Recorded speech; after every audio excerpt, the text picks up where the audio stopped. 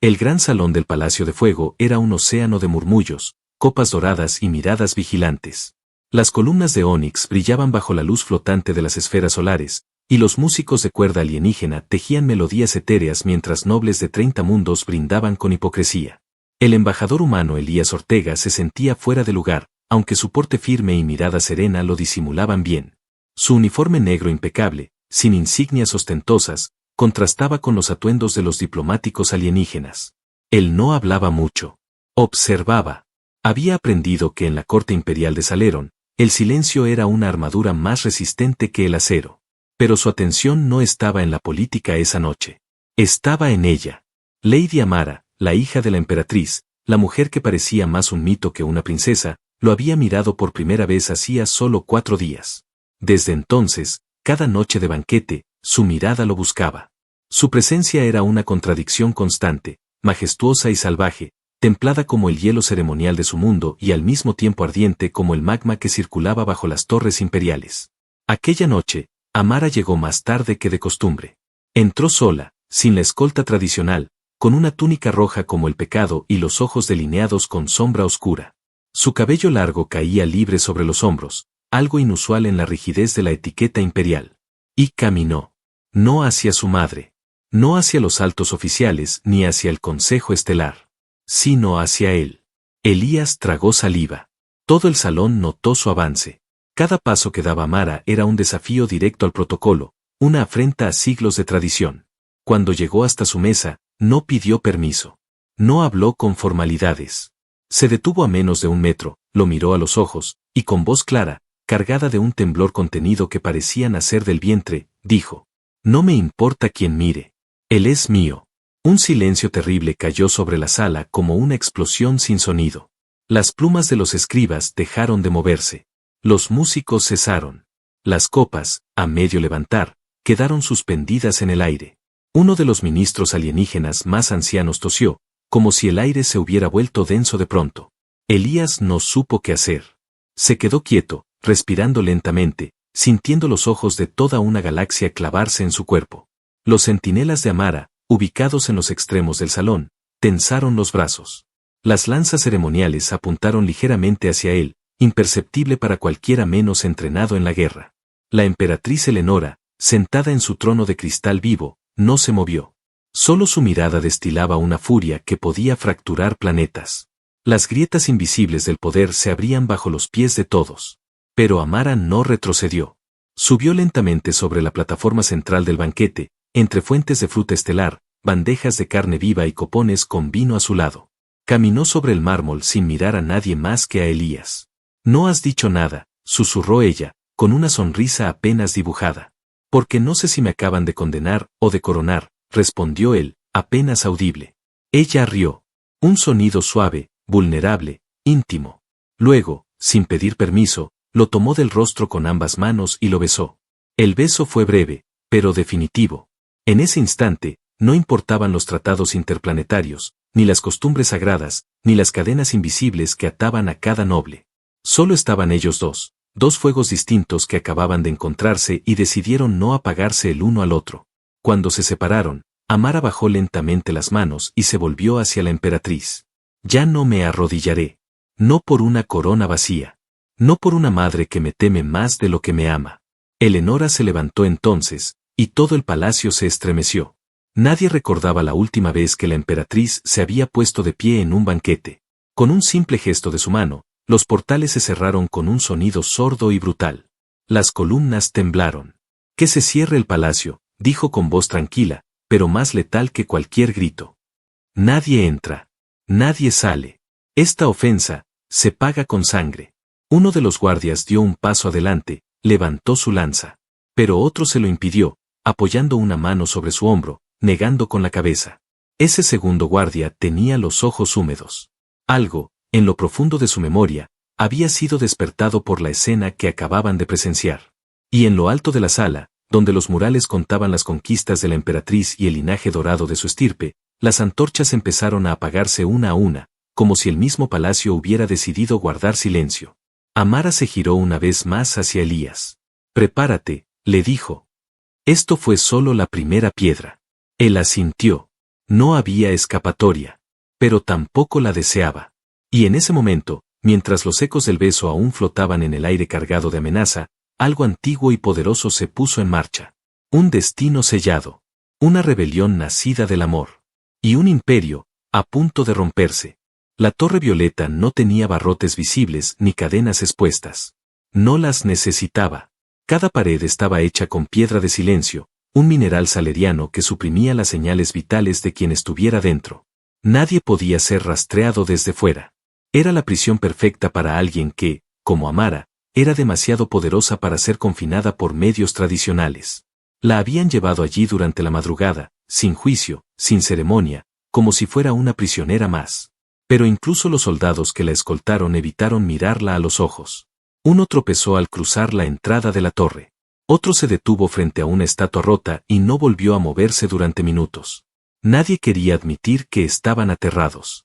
No por Amara, sino por lo que acababa de hacer. Por atreverse. Elías no fue enviado a la misma torre.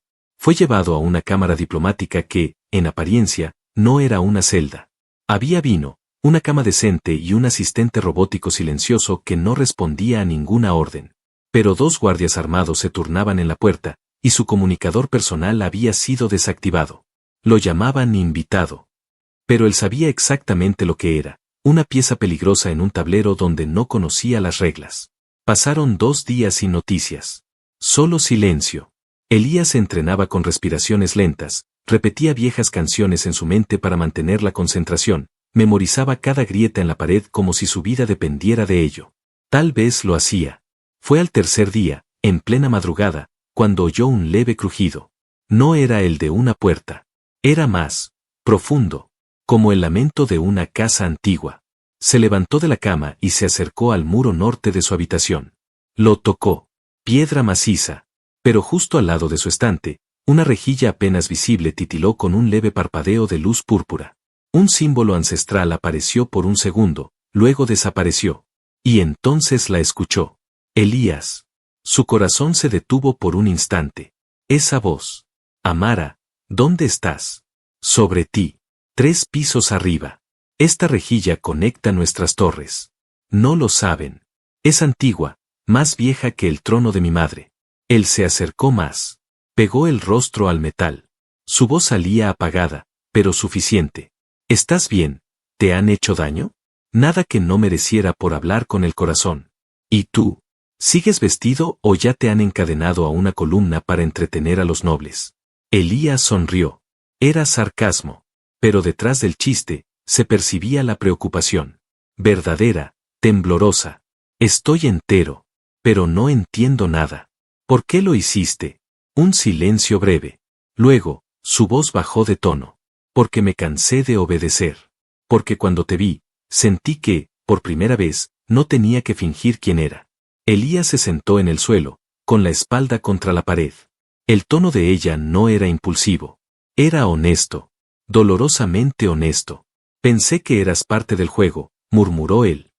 Que solo querías jugar con el humano. ¿Y si lo hubiera hecho, estarías aquí hablando conmigo? No. Entonces no me tomes por niña. Lo que sentí cuando te vi no fue un capricho.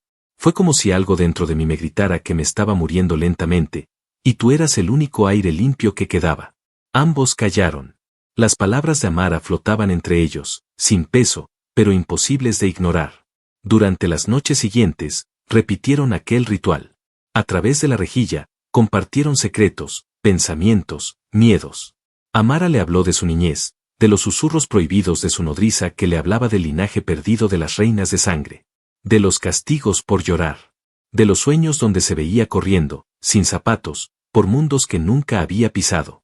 Elías le habló de la tierra. De los campos. De la risa de su hermana. De cómo casi muere en un accidente orbital cuando tenía 15 años, y cómo desde entonces, cada día le parecía prestado. Noche tras noche, el espacio entre ellos parecía encogerse. Hasta que, en la quinta madrugada, Elías no lo soportó más. Ató su sábana al extremo del estante, desatornilló parte del ventanal, y comenzó a escalar. Su brazo izquierdo falló una vez, sangró al rozar una piedra viva, pero siguió. Subió, piso por piso, como si el silencio del palacio lo empujara hacia ella. Cuando llegó a la ventana alta de la torre de Amara, no dijo nada. Ella ya lo esperaba, con los ojos abiertos, sin miedo, vestida con una túnica simple y los pies descalzos sobre la piedra helada. Se miraron. Y entonces se abrazaron como si el mundo estuviera a punto de desmoronarse. Él temblaba. Ella no. La besó. Ella respondió con hambre. No hablaron más esa noche. Solo dejaron que sus cuerpos se dijeran lo que sus voces ya no podían sostener. Al amanecer, aún desnudos entre las mantas de seda, una sombra se detuvo frente a la torre. Un guardia. Vio las ropas de él. Las de ella. La figura de dos personas dormidas, entrelazadas. El guardia giró lentamente. Y cayó al suelo sin emitir sonido, con una pequeña aguja negra clavada en su cuello. Desde lo alto de otra torre, una figura encapuchada observaba. Sus ojos brillaban de forma antinatural. «Estás cumpliendo tu parte, princesa», susurró. «Ahora me toca cumplir la mía». Y mientras el sol rojo se alzaba sobre los tejados del palacio, los primeros hilos de una traición mucho más antigua empezaban a despertar, tejida con nombres prohibidos, juramentos rotos y sangre dormida que aún exigía venganza. El día comenzó con una calma falsa, como si el propio palacio contuviera el aliento. Nada se movía en los corredores de mármol pulido. Las sirvientas bajaban la mirada. Los mensajeros no corrían. Los heraldos no gritaban. El aire olía a perfume y a amenaza. A las 9 campanadas de la mañana, un grupo de soldados de armadura azul irrumpió en la Torre Violeta. No llamaron. No ofrecieron palabras. La sacaron a la fuerza, aún adormilada, aún tibia del calor de Elías. Él intentó detenerlos, pero una descarga paralizante lo dejó tendido. Mientras se lo llevaban también, uno de los soldados murmuró con asco. El humano tocó a la sangre real. El juicio fue convocado en la sala de cristales, el corazón del poder imperial. Una cámara semicircular, con pilares hechos de hielo sólido traído de un cometa milenario, que jamás se derretía, ni siquiera ante la luz del sol. Allí, el Consejo Estelar, formado por las figuras más poderosas de la galaxia aliada, esperaba. La emperatriz Eleonora no estaba sentada en su trono. Estaba de pie, imponente. Su túnica negra se extendía como una sombra viva. Su corona flotaba por encima de su cabeza, girando lentamente, alimentada por antiguos dispositivos gravitacionales que solo los miembros de su linaje podían controlar. Amara fue arrojada al centro de la sala. Sus manos estaban encadenadas, pero su rostro no mostraba ni miedo ni vergüenza. Elías fue escoltado detrás, con los brazos atados, una herida reciente en la ceja derecha, pero aún con la misma dignidad desafiante en la mirada. Eleonora alzó una mano. El silencio se volvió más denso. «Dinos, hija», dijo con voz de acero templado. ¿Fue coerción, manipulación o simplemente estupidez? Amara levantó el rostro. Fue amor. Los murmullos comenzaron de inmediato. Varios consejeros se pusieron de pie. Un general saleriano alzó el puño. Una consejera del planeta Benz interrumpió gritando que aquello rompía el tratado de sangre, una ley sagrada de 1000 años. Pero Amara no bajó la cabeza. Lo volvería a hacer. No una. 100 veces. 1000. Aunque me arrastraran por las arenas del planeta Juicio. Aunque me arrancaran la piel con cuchillas ceremoniales. Él no es una mancha. Es la única luz que he conocido en esta casa podrida. Una voz grave se alzó entre los asistentes. Era el alto sacerdote del filo, cuya orden regía las leyes del linaje. Eso es traición. Según las antiguas escrituras, un miembro real que se une a un extranjero sin consentimiento del trono debe ser purgado. El castigo es la desintegración por herida de plasma. No hay apelación. Elías dio un paso al frente, aunque 2 soldados lo sujetaban. Si alguien merece castigo, soy yo. Fui yo quien cruzó la línea. Ella solo fue humana por un instante. ¿Eso es delito? Eleonora se acercó a él. Lo miró a los ojos. Su rostro no mostraba rabia. Era peor. Era decepción. Fría y absoluta. Tu error no fue tocarla. Fue hacerla sentir. Amara apretó los puños. Gritó. ¡Basta! La sala tembló. Literalmente. El hielo eterno de los pilares chirrió. Una grieta apareció en el suelo bajo sus pies. Varios guardias se llevaron la mano al arma. Un resplandor rojo surgió del pecho de Amara. Las marcas de su linaje, ocultas hasta entonces, despertaron. Trazos antiguos como venas de lava recorrieron su cuello, sus brazos, sus mejillas. Era la señal de una sangre que no pertenecía del todo a esta corte. Una herencia más antigua. Una verdad oculta. Eleonora retrocedió un paso. Por primera vez, algo parecido al miedo se reflejó en sus ojos. ¿Qué has hecho? La respuesta no vino de Amara. Una explosión sacudió el ala norte del palacio. Las paredes vibraron. Un portal de emergencia se activó. Y desde la sombra surgió una figura encapuchada, envuelta en humo púrpura y armada con cuchillas curvas. El juramento carmesí no ha muerto, gritó. La verdadera reina aún vive. La confusión estalló. 2 guardianes cayeron con los cuellos abiertos. Uno de los generales intentó dar la alarma, pero su garganta fue atravesada antes de terminar el grito. El caos se propagó como fuego seco. La figura encapuchada se acercó a Amara y lanzó una esfera de ruptura contra sus cadenas. El metal ancestral estalló. La princesa respiró hondo. Sus ojos se iluminaron con furia. Elías, aún sujeto, gritó. ¿Quién eres tú? El encapuchado respondió sin volverse. El legado de los que murieron por ti, humana. Pero no es momento de explicaciones. Corran. La figura lanzó una segunda esfera, que creó una cortina de energía densa. Tomó a Elías por el brazo, rompió sus ataduras y lo empujó hacia Amara.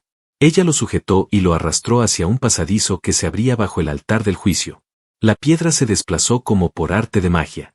¿A dónde vamos?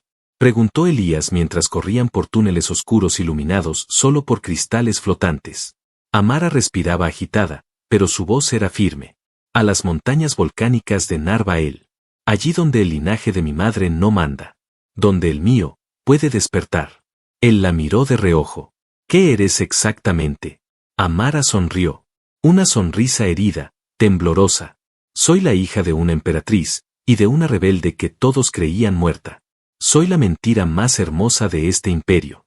Y tú, acabas de convertirte en parte de esa mentira.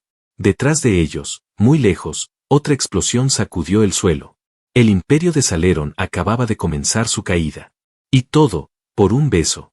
El refugio de Narvael no figuraba en ningún mapa moderno.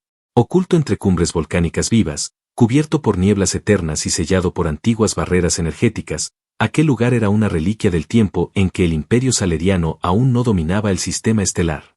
Allí, entre piedras negras y musgos que respiraban como seres vivos, Elías y Amara hallaron su primer momento de silencio real. Entraron al santuario a través de una grieta custodiada por estatuas decapitadas. Detrás de ellos, el encapuchado que los había salvado en el juicio se quitó al fin el velo. Era una mujer de piel cobriza, ojos rasgados y cicatrices que contaban historias sin necesidad de palabras. Se llamaba Naila. Te he esperado desde que era niña, le dijo Amara sin reverencias ni emoción falsa. Me dijeron que un día vendrías. Y que vendrías manchada de deseo. Amara la observó con atención. Y aún así me recibes. Porque tu deseo no te hace débil. Lo que lo hace peligroso es que has decidido protegerlo.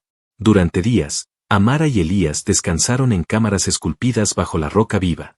Las paredes respiraban, como si el volcán aún recordara cómo sostener una dinastía perdida. Naila hablaba poco, pero observaba mucho. Y cada noche, cuando los 2 jóvenes quedaban a solas, no se decían palabras vacías. Solo se miraban y se tocaban con la urgencia de quienes no sabían si vivirían para el siguiente amanecer.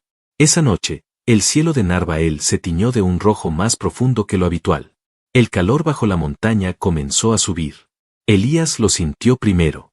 Estaba en la sala del estanque, sumergido hasta el pecho, cuando notó cómo las piedras vibraban bajo sus manos.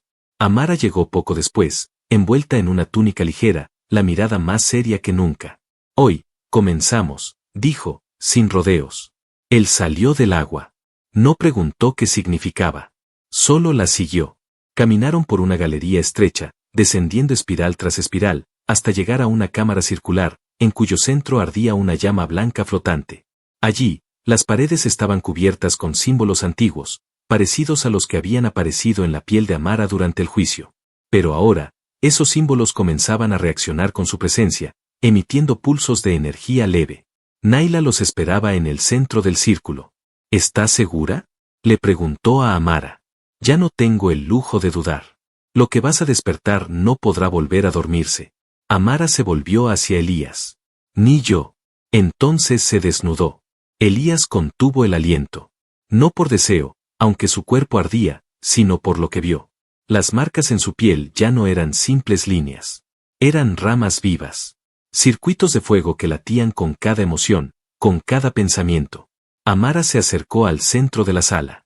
Colocó sus manos sobre la llama blanca, que pareció aceptarla sin quemarla.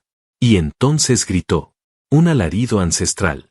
Uno que pareció venir no solo de su garganta, sino de todas las mujeres antes de ella. Uno que hizo temblar las piedras, que hizo sangrar las paredes. Elías corrió hacia ella, pero Naila lo detuvo. No la toques aún, le advirtió. Está despertando algo que duerme incluso en la sangre de los dioses. Amara se arqueó hacia atrás. Su cuerpo se elevó levemente. Sus ojos se tornaron totalmente negros, luego totalmente blancos. Y por un instante, una figura enorme apareció detrás de ella.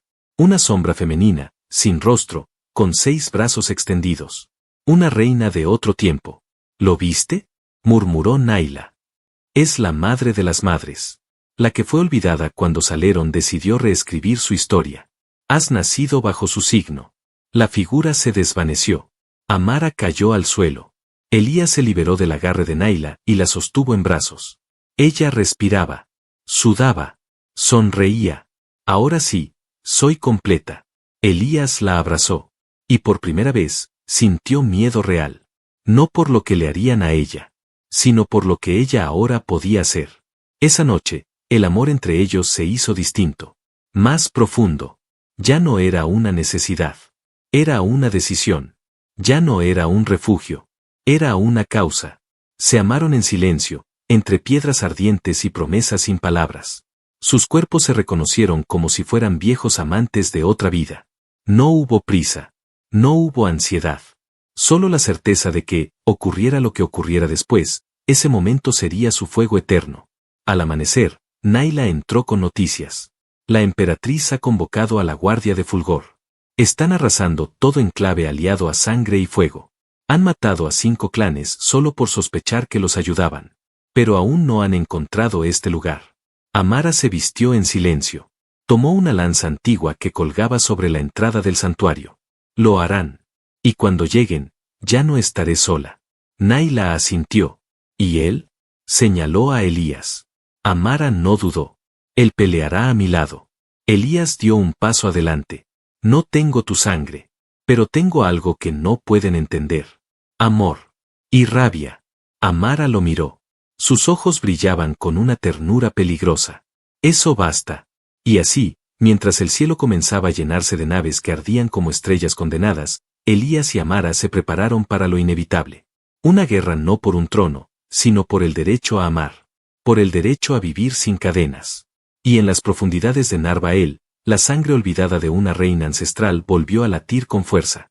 Porque a veces, lo único que hace falta para incendiar un imperio, es una mujer que ya no tiene miedo. La noche cayó sobre Narvael como una sentencia. Las nubes volcánicas que giraban lentamente en el cielo habían cambiado de tono, del rojo al negro, del negro al púrpura. El aire vibraba. Las criaturas del subsuelo se ocultaban. La propia montaña, que durante siglos había dormido bajo capas de silencio y piedra viva, comenzó a gemir desde sus entrañas. Desde lo alto de una de las cornisas del santuario, Elías observaba el horizonte. No había luna. No había estrellas. Solo puntos incandescentes que descendían como lágrimas de fuego, las naves de asalto imperial. Cientos. Miles. Formando un enjambre que cubría el cielo como una plaga brillante. Amara se le acercó en silencio. Llevaba la armadura negra ancestral. Una mezcla de metal líquido y tejidos vivientes. Parecía otra persona. Más alta. Más letal. Más reina. Y sin embargo, cuando lo miraba, su rostro se ablandaba, como si aún quedara en ella algo de la muchacha que había besado al embajador humano frente a toda la corte. Elías no tenía armadura. No tenía un título. No tenía una herencia de dioses olvidados ni poderes sellados en la sangre. Solo tenía su cuerpo, su decisión, y el recuerdo imborrable de una mujer que lo había elegido contra todo. Ella le ofreció un cuchillo ceremonial, forjado con roca de obsidiana del corazón del volcán, decorado con símbolos de guerra y protección. Esto no es para luchar, le dijo. Es para sobrevivir. Prométeme que, si caigo, no te entregarás. Huirás. Vivirás. Él tomó el cuchillo. Lo sostuvo, lo observó, y lo dejó a un lado. No voy a prometerte eso, le respondió. Porque no voy a sobrevivirte. No quiero un mundo donde no estés. Amara cerró los ojos. Respiró hondo. Eres el único hombre que me ha dicho eso sin sonar débil. Y tú eres la única mujer que me ha hecho sentir invencible solo con tocarme la mano. La besó. No con urgencia, sino con reverencia. Como si al unir sus labios intentara tatuar su alma en la de ella. Y esa noche, antes del amanecer, hicieron el amor por última vez. No hubo palabras. Solo cuerpos que se hablaban con desesperación contenida. Se buscaron con furia y ternura. Se arañaron. Se suplicaron con las manos, con los ojos, con los gemidos ahogados que rebotaban en las paredes de roca. Fue un acto de despedida y de guerra. Cuando el sol del este comenzó a pintar las cumbres volcánicas, ambos estaban de pie, listos. Amara se colocó el casco de la Reina Roja. Elías amarró vendas de protección en sus antebrazos. Naila les entregó coordenadas del campo superior, donde las tropas aliadas aguardaban en silencio. Y luego comenzó. La primera explosión vino desde el cielo. Una esfera de luz descendió lentamente, como una estrella falsa, y al tocar el suelo, lo hizo temblar con violencia. El santuario resistió, pero parte de la montaña se derrumbó. Rocas ardientes cayeron por las laderas. Las naves imperiales descendieron en formación circular, desplegando escuadrones de élite, soldados genéticamente alterados, asesinas de pulso, bestias blindadas de otro mundo. Pero Amara no se detuvo. Con Elías a su lado, lideró la carga por el paso de Tetra. Cientos de rebeldes la seguían, portando estandartes prohibidos, los colores del linaje carmesí, la sangre silenciada. Por primera vez en generaciones, aquellos símbolos volvían a ondear sin temor. La primera línea de fuego se desató. Plasma y acero. Gritos. La montaña se llenó de humo y de sangre. Elías no era el más fuerte, pero se movía con precisión letal. Había entrenado desde joven en combate cerrado. Su debilidad era su ventaja, nadie lo esperaba. Amara, en cambio, era un cataclismo. Donde ella pasaba, el suelo se quebraba. Su lanza curva atravesaba corazas. Sus ojos ardían como soles. No daba órdenes. Solo avanzaba. Y todos la seguían. En el centro del campo, un rugido detuvo todo por un instante. Una figura descendía desde la nave imperial mayor. Era la emperatriz Eleonora. No usaba trono. No usaba escolta. Solo su presencia era suficiente para quebrar voluntades. Su armadura dorada irradiaba una presión insoportable. Y al posar los pies sobre la tierra volcánica, la piedra bajo ellos se fracturó en 1000 líneas. Amara se detuvo. Elías la vio contener la respiración. «Mamá», murmuró ella. Eleonora alzó una mano. Su voz resonó sin amplificadores. «Trajiste al humano.